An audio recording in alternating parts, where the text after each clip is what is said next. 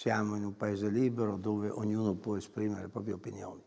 Il punto è un altro, che la politica è caduta molto in basso. Qui non si parla di progetti, no, si attaccano le persone e soprattutto si attaccano se sono coerenti. Io penso in questo di essere assolutamente coerente. Forse qualcun altro non sa che cos'è la coerenza. L'assessore Gasparin risponde così alle critiche della coordinatrice cittadina di Fratelli d'Italia, Esther Soramel, che dagli studi di TV12 lo aveva definito assessore part-time, con atteggiamenti da bulletto in consiglio comunale e abile nello scaricare le colpe. Il tema centrale degli attacchi è quello relativo alla gestione di minori stranieri non accompagnati. Gasparin, per far capire quanto sia limitato il potere di intervento del comune, cita l'esempio dell'accoltellamento all'esterno della discoteca Aria. Questa persona che ha fatto questo accoltellamento aveva già avuto precedenti un anno fa, è stato portato in carcere, ha cambiato più carceri minorili e poi non il Comune di Milano, perché questo non è neanche del Comune di Milano, ma il Ministero di Grazia e Giustizia, tramite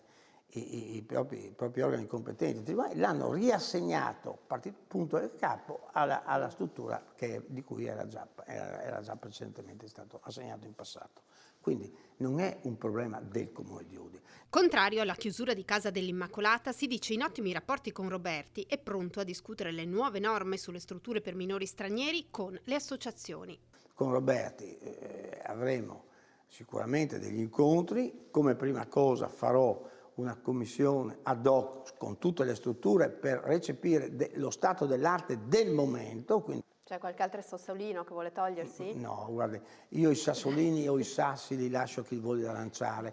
Io amo scegli d'ulivo, vengo da un mondo diverso, che non è, non scendo nelle bagarre delle lotte. Bene, allora porgiamo un ramoscello d'olivo alla Soramel. Ma no, anche un mazzo di fiori. Un mazzo di fiori? No,